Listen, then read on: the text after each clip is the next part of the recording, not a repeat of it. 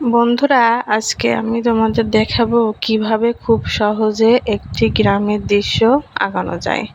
প্রথমে আমি একটি ত্রিভুজ আকৃতি করে নিলাম, তারপরে একটি ঘরের আকৃতি দিব। দেখো কিভাবে করছি, তোমরা স্কেল ধরে ধরে করবে যাতে ঘরটা সমানভাবে সব দিকে সুন্দর হয়। মাঝখানের দাগটা একটু বড়, দুই সাইডের দাগটা একটু ছোট নেবে। হ্যাঁ, এভাবে দাগগুলো মেলানোর পর এবার ঘরের যে ডুয়া থাকে, হ্যাঁ সেই ডুয়াটা দিয়ে নিব। দেখছো আমি কিভাবে করছি। এবার ঘরের দরজা দিব। এবার ছোট ছোট করে দুইটা জানালা আঁকাবো, স্কেল ধরে আঁকাবে যাতে সবগুলো একদম পারফেক্ট হয়, দাগ আঁকা বাঁকা না হয়। এবার জানালার শিক দিব। এবার আমি ঘরের পাশে একটি কলা গাছ আঁকাবো।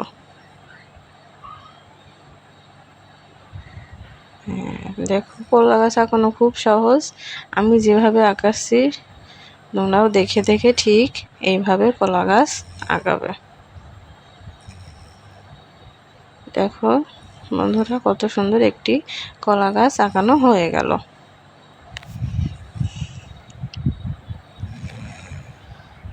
এবার ঘরের পিছনের দৃশ্য আঁকানোর জন্য দাগ দিয়ে নেব এইটুকু, যাতে উল্টাপাল্টা না হয় ছবি আঁকানো। এবার এই সাইডে আবারও ঘর আঁকাবো।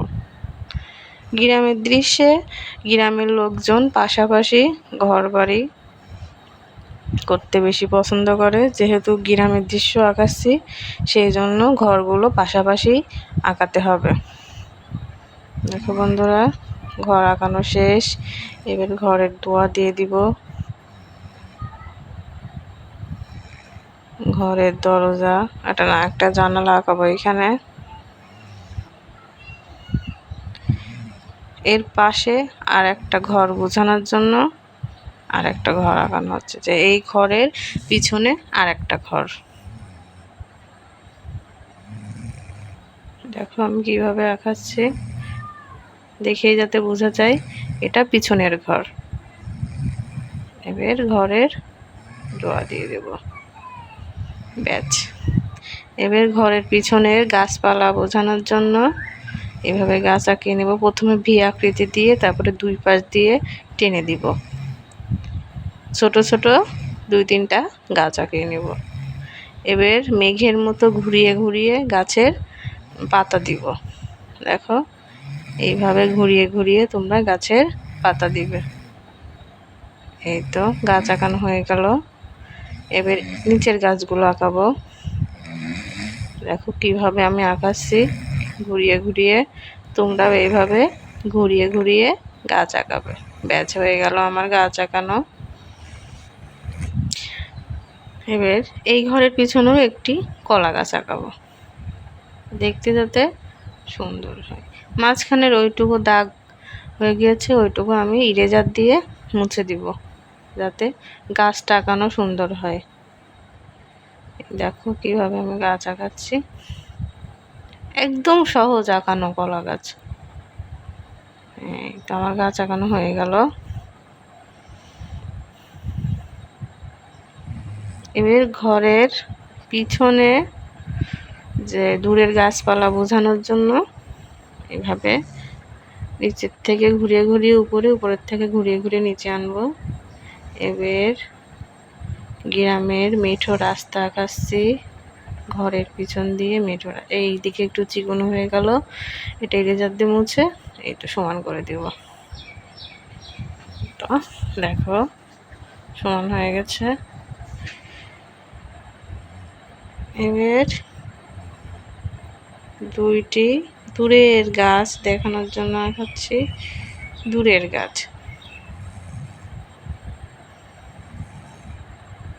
দেখো কিভাবে আঁকাচ্ছি দূরের গাছ।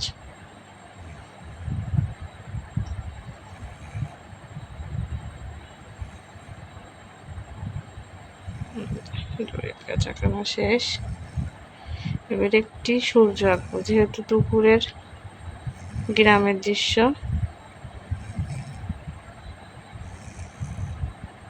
গ্রামের উপরে একটি সূর্যি মামা। এই তো সূর্যটা আঁকানো হয়ে গেছে।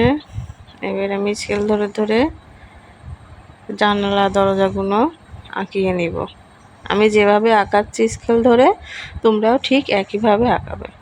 এবার ছোট ছোট কয়টা গাছ দিয়ে দিব। এই তো রাস্তার পাশে, এই তো এইভাবে একটু ছোট ছোট ঘাস, গ্রামে ছোট ছোট ঘাস। দেখো আমার একটি পরিপূর্ণ ছবি আঁকানো হয়ে গেল। এখন বন্ধুরা তোমাদের কিভাবে দেখাবো একটি ছবিকে সুন্দর করে তুলতে রং ব্যবহার করতে হয়, কিভাবে রং করতে হবে। প্রথমে যে কাঠালি রংটা, এটাকে কাঠালি রং বা কাঠ রঙও বলা যায়, এই রংটা করব।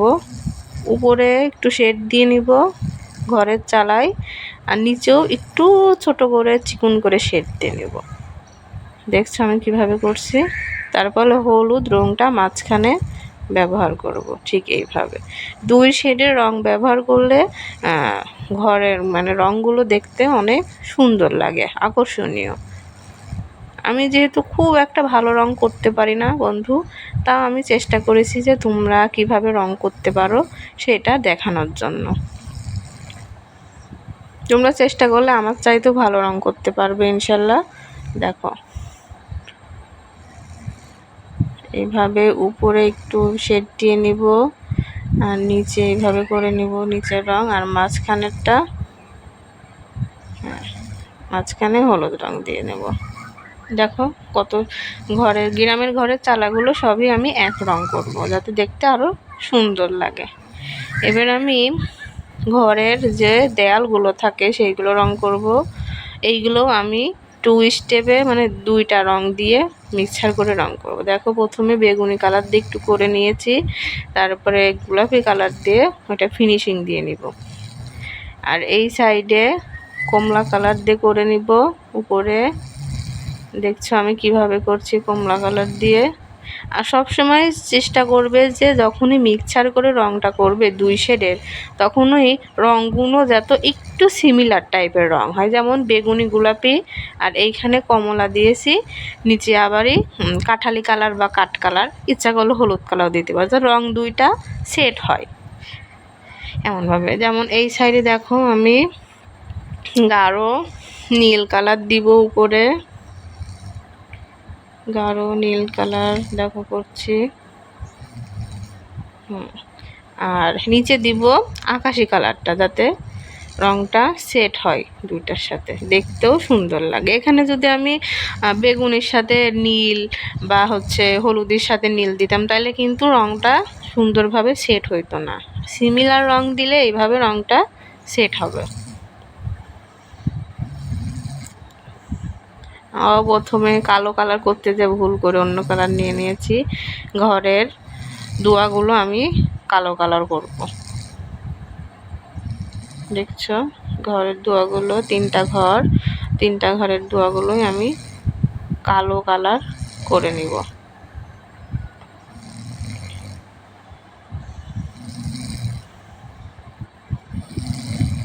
এবার যেহেতু কাঠের দরজা, সেহেতু আমি কাঠালি কালার বা কাঠ কালারের রংটাই ব্যবহার করব দরজাতে।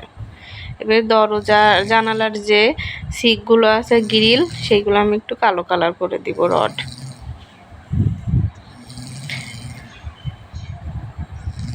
এবার আমি গাঢ় সবুজ কালার দিয়ে এই যে ঘাসগুলো এঁকেছিলাম ছোট ছোট করে, সেই ঘাসগুলো কালার করে নিব।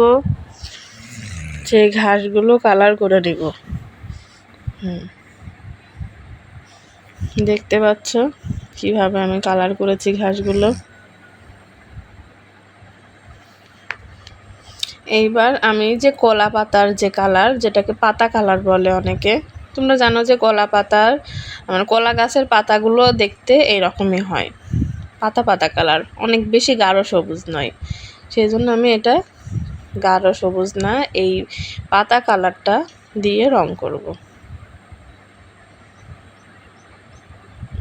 দুইটা কলা গাছই রং করে নিলাম। দেখো কলা গাছগুলো দেখতে কত চমৎকার লাগছে। ছবিটা হচ্ছে পুরোপুরি রং করা হলে দেখতে আরও বেশি চমৎকার লাগবে আশা করি। এবার আমি গাঢ় সবুজ রং দিয়ে যে গাছগুলো এঁকেছিলাম ঘরের পিছনে সেই গাছগুলো রং করব। আমি দেখছো, তোমরা দেখলে হয়তো খেয়াল করতে পারবে আমি কিন্তু পুরোপুরি সবুজ রং দিচ্ছি না, কিছু কিছু মানে গাছের পাতার মাঝে মাঝে আমি ফাঁকা রাখছি, কারণ একটি গাছে পুরোপুরি সবুজ রং দিলে মানে গাছটা দেখতে বেশ আমার কাছে মনে হয় খুব একটা সুন্দর লাগে না। দেখো আমি কিভাবে রং করি, এই যে আস্তে আস্তে অল্প অল্প একটু ফাঁকা রাখছি গাছের মাঝে মাঝে বা গাছের উপরে উপরে। এই দেখো আমি কিভাবে ফাঁকা রেখেছি। এইবার হলুদ কালারের রং দিয়ে আমি সেই ফাঁকা অংশগুলো পূরণ করে দিব, যাতে দেখতে গাছটি আরও বেশি আকর্ষণীয় লাগে দূর থেকে। যেহেতু রোদ উজ্জ্বল দিন, মানে রোদের যে মানে সূর্যের আলো করে গাছগুলো এমন দেখা যাবে। দেখো গাছগুলো দেখতে কত সুন্দর লাগছে। এবার দূরের গাছপালা রং করব। এখানেও আমি গাঢ় সবুজ রং ব্যবহার করব, নিচের দিকে কিছু কিছু জায়গা ফাঁকা রাখবো হলুদ রং ব্যবহার করতে। এখানে তোমরা হলুদ রং অথবা যে পাতা কালারের রং আছে সেই রংটাও ব্যবহার করতে পারো। এবার দূরের গাছপালাটা আঁকাবো। দেখো মাঝখানে হালকা শেড দিয়ে সবুজ রং দিচ্ছি এবং নিচের দিকে নিচের পাতাগুলো হালকা পাতা কালার করে দিচ্ছি। এখানে পাতা কালারও দিতে পারো, আবার হলুদ কালারও দিতে পারো। এবার গাছের ইয়েটা রং করব, গাছটা রং করব। গাছের রং সাধারণত এই কালারই হয়, গাছের যে কাঠের কালারটা। দেখছো আমরা কিভাবে রং করছি, তোমরাও এভাবে রং করে নেবে। এটাকে অনেকে মাটি কালার বলে, আবার অনেকে খয়েরি অথবা মেরুন খয়েরি কালারও বলা যেতে পারে। এটা কিন্তু লাল কালার না। এবার আমি হচ্ছে রাস্তা, যে মাটির রাস্তা, এটা পুরোটাই আমি এই খয়েরি কালার দিয়ে রং করব না, হালকা হালকা এই মেটি কালার দিব। তারপরে যে কাঠালি কালারটা আছে বা কাঠ কালার, এইটা দিয়ে আমি উপরে আরেকবার করে শেড দিব। দেখছো আমি কিভাবে করছি, দুইটা রং মিশে সুন্দর একটি রং হলো, দেখতে একদম মনে হচ্ছে গ্রামের মেঠো রাস্তা। এবার আমি হচ্ছে যে এই সবুজ ঘাসপালা রং করব। দেখছো কিভাবে রং করছি, প্রথমে গাঢ় সবুজ দিয়ে শেড দিয়ে নিব, গাঢ় সবুজের শেড এইভাবে। তারপরে যে পাতা কালার আছে তার উপর দিয়ে এইভাবে পাতা কালার দিব, দেখতে যাতে বেশি সুন্দর লাগে। পুরোটাই যদি আমি সবুজ কালার বা পাতা কালার দিতাম দেখতে মনে হয় এতটা সুন্দর লাগতো না। বন্ধুরা তোমরা সব সময় চেষ্টা করবে দুই ধরনের সিমিলার রং দিয়ে রং করতে, যাতে ছবিটা দেখতে আরও বেশি আকর্ষণীয় লাগে। এবার দেখছি যে এই দুইটা ঘরের পিছনের সাইডে আমি গাছপালা লাগাতে ভুলে গেছি, দূরের গাছপালা, তাই আমি আবারও এইটুকু ফাঁকা দেখা যাচ্ছে কেমন লাগছে, সেই জন্য আমি দূরের গাছপালা আঁকিয়ে নিলাম। এইগুলোও সবুজ রং, আর ওই দিকে যেভাবে রং করেছি সেইভাবে রং করে দিবে সবুজ রং, আর উপরের দিকে হলুদ কালার বা পাতা কালার, যে কোনো একটা কালার দিলেই হবে। আমি এখানে পাতা কালার দিয়েছি। এবার পিছন সাইডটাও রং করে নিব। এই দেখো এইভাবে রং করছি, তারপরে পাতা কালার দিয়ে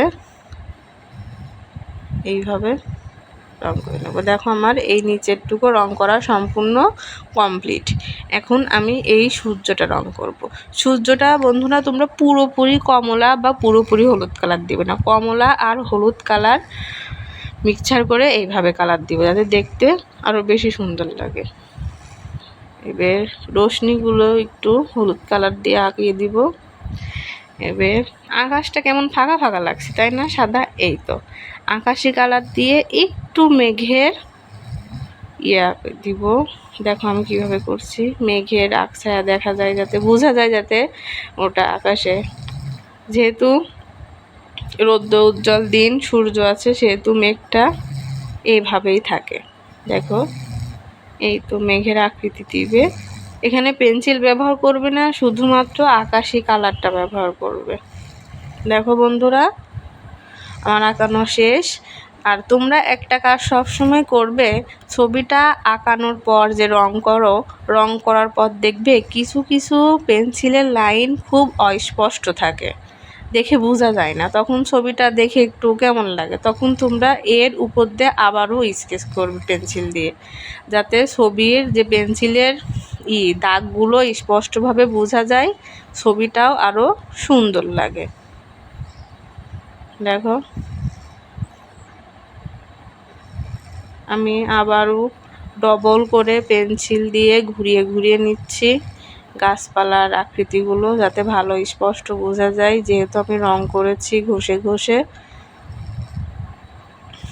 দেখো, এইভাবে করলে ছবিটা আরও বেশ আকর্ষণীয় আর সুন্দর হবে দেখতে।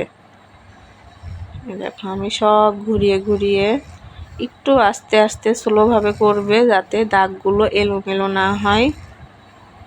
এই কাজগুলো করার সময় পেন্সিল ডবল দাগ দিতে গেলে অনেক সময় দাগ এলোমেলো হয়ে যায়, তাই আস্তে আস্তে করবে ছোটোগুলো। দেখো, এখন গাছগুলো করে নিব। গাছের পাতার আকৃতিগুলো খুব কম বোঝা যাচ্ছিল, যেহেতু রং করেছি, ছোট ছোট আকৃতিগুলো বোঝাই যাচ্ছে না। আমি আবারও পেন্সিল দিয়ে শেড দিয়ে নিব। এইভাবে করলে ছবিটা দেখতে আরো বেশি প্রফেশনাল মনে হয়। দেখো বন্ধুরা, আমি চেষ্টা করি তোমাদেরকে ছবি আঁকানো শেখাতে।